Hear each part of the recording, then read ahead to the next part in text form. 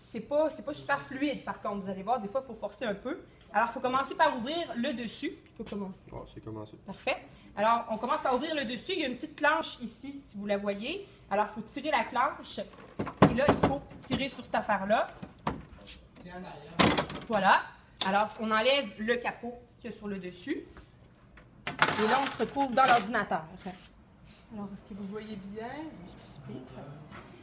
Première chose qu'on fait, ici, il y a une petite planche verte. Il faut la déclipser comme ça ici. Est-ce que je vous cache à l'écran? Non. Ça va? On va commencer par enlever cette chose-là qui s'enlève vraiment pas bien. Il faut forcer un peu ça aussi. Mais ça s'enlève à peu près. Ah, ben c'est pas si pire.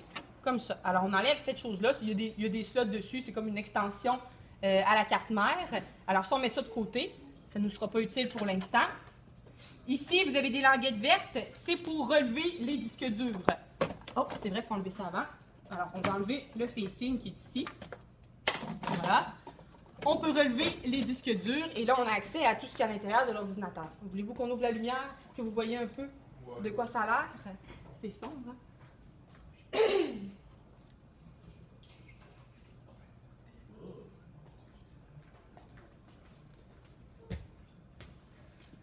OK.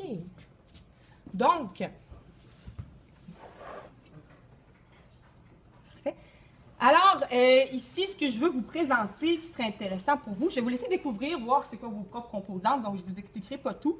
Ce que je peux vous expliquer pour commencer, cette chose-là ici, noire, est-ce que vous savez ce que c'est? C'est un fan qui est relié à quoi? Non. À la carte mémoire, au processeur. Au processeur, parfait. Alors, si je l'enlève, le fan, ça, en fait, vous n'avez pas le droit de l'enlever. Je l'ai enlevé à lui, je l'ai brisé, en fait, en l'enlevant, parce que je ne savais pas. Mais ça le brise, donc on n'est pas censé enlever ça. Je vais vous montrer pourquoi. Comme ça ici. Alors, ici, c'est un fan, effectivement. En dessous, on a le processeur. Il y a un petit fil pour brancher le ventilateur. Moi, je vais le débrancher pour l'enlever. Donc, pourquoi on n'est pas censé enlever ça? Si vous remarquez ici, on a une espèce de pâte qui est une pâte thermique qu'on appelle. Alors, c'est une pâte qu'on va mettre entre le processeur, qui est juste là en dessous ici, et le fan. C'est pour avoir la meilleure conductivité thermique possible. Alors, on met cette pâte-là. C'est pour être sûr, en fait, que le joint se fasse à la perfection puis qu'il y ait le plus de contact possible pour refroidir comme il faut le processeur qui se trouve en dessous. Une fois qu'on l'enlève, ben, malheureusement, on vient de scraper la pâte. Puis quand on le remet après, ben, là, la connexion se fait moins bien. L'ordi va fonctionner encore, mais il va être moins performant. Puis, ça risque de surchauffer. Donc, c'est pas bien de faire ça. Je vous montre le processeur. Alors, c'est cette espèce de petite carte-là ici. Comme ça. Si on regarde le processeur, à quoi il sert, vous pensez? Je pense que vous en avez parlé au premier cours. Le traitement de l'information, parfait. C'est bon. Oh, arrêtez de me déranger tout le temps. Ah! J'ai livré la sauce.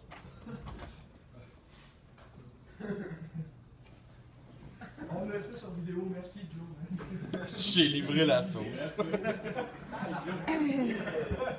ne va plus te présenter aux autres, là. Vas-tu le mettre sur le drive? Oui, je pourrais vous le mettre sur le drive si vous voulez. Parfait. On va se faire une compilation des meilleurs moments. Alors, je continue? Vous l'écrivez? Tu manquais. Ouais. Alors, autre chose que je... Ici, si vous voulez aller taponner après ça à l'intérieur, il y a plein de fils qui se branchent, qui se débranchent. Je vous permets, si vous voulez, de débrancher tout ça, taponner là-dedans. Par contre, assurez-vous que quand vous débranchez les trucs, prenez des photos ou prenez des vidéos pour savoir où les rebrancher après. Parce qu'il ne faut pas en oublier un, sinon l'ordi, il ne fonctionnera pas bien. Donc, on vient d'enlever le processeur ici. Chose que je vous rappelle, je dis pour toi, Jonathan, pas le droit de l'enlever sur les ordis que vous allez avoir. Autre chose qui est intéressante, ici, ces espèces de cartes-là, est-ce que vous savez ce que c'est? Carte vidéo. Non. Barrette de mémoire. C'est des barrettes de mémoire. Donc, quel type de mémoire on a là-dessus? C'est la RAM. Alors, Random Access Memory, c'est la mémoire vive qu'on a sur l'ordinateur. Alors, c'est des petites plaquettes. Celle-là ici, on voit en fait dessus, c'est quoi sa capacité. Elle, je pense que c'est du 133, non, c'est 250 MB. Alors, 250 MB, l'autre aussi, je pense que c'est 250 MB, ce qui fait qu'au total, j'ai à peu près 500 MB de mémoire vive. C'est pas super. C'est pour... Ben, attention, c'est pas les ordinateurs que vous avez, vous autres, c'est beaucoup plus puissant, donc vous avez sûrement de quoi de mieux que ça. Ça, c'est des vieux ordi, donc c'était juste 500 MB, c'est pas très performant. Alors, ce qui est le fun, c'est que ce genre d'affaires-là, vous pouvez facilement les modifier sur votre ordinateur. Alors, si vous voulez augmenter la puissance de votre ordinateur, vous pouvez aller vous acheter d'autres plaquettes de RAM qui ont une puissance plus élevée et vous pouvez les insérer, puis ça va augmenter votre mémoire vive. Alors, autre chose aussi qui est important pour la mémoire, ces choses-là à l'arrière, qu'est-ce que c'est, ça? Non.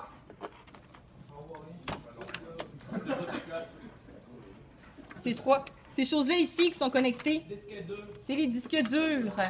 Alors, disque dur, c'est comme la mémoire morte. Alors, c'est comme l'entrepôt de l'ordinateur. Tout ce qui est mémoire morte, c'est classé là-dedans. Tout ce qui est mémoire vive, c'est sur les cartes RAM.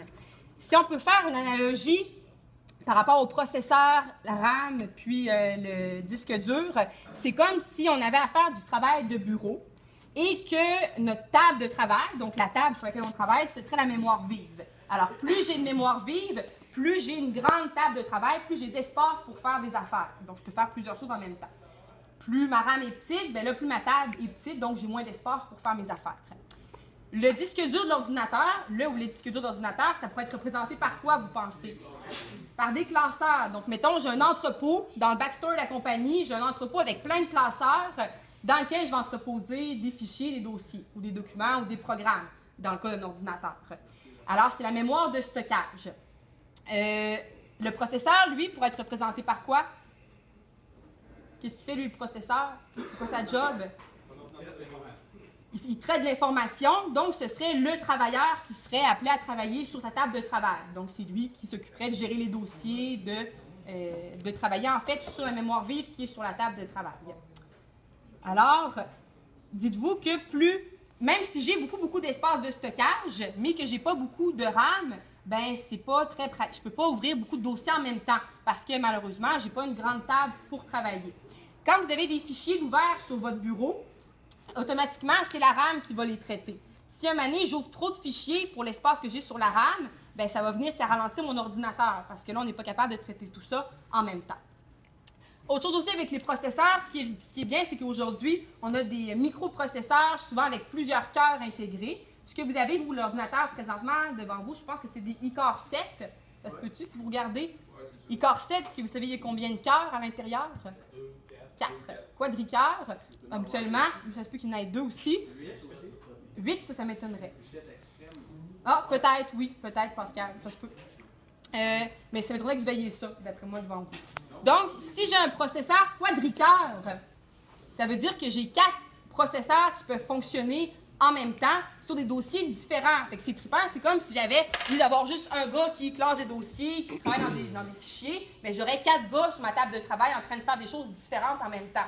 Donc, ça va augmenter beaucoup la rapidité d'exécution des logiciels ou des applications. Des fois même, on a certains programmes qui sont compatibles avec les quadricores. Ça veut dire que je pourrais avoir 4 travailleurs en même temps sur un même dossier. Là, les performances sont vraiment élevées parce que j'ai 4 personnes qui travaillent en même temps sur un même fichier. Est-ce que ça vous va? Vous comprenez-vous un peu le principe RAM, disque dur et microprocesseur? Parfait. Pour les autres composantes, j'ai envie de vous les laisser découvrir par vous-même quand vous allez démonter ça. Savoir c'est quoi le bloc d'alimentation, c'est quoi la carte mère et tout. Je vais vous laisser regarder là-dedans, voir à quoi ça ressemble. C'est bon? Pensez-vous être prêt à faire ça?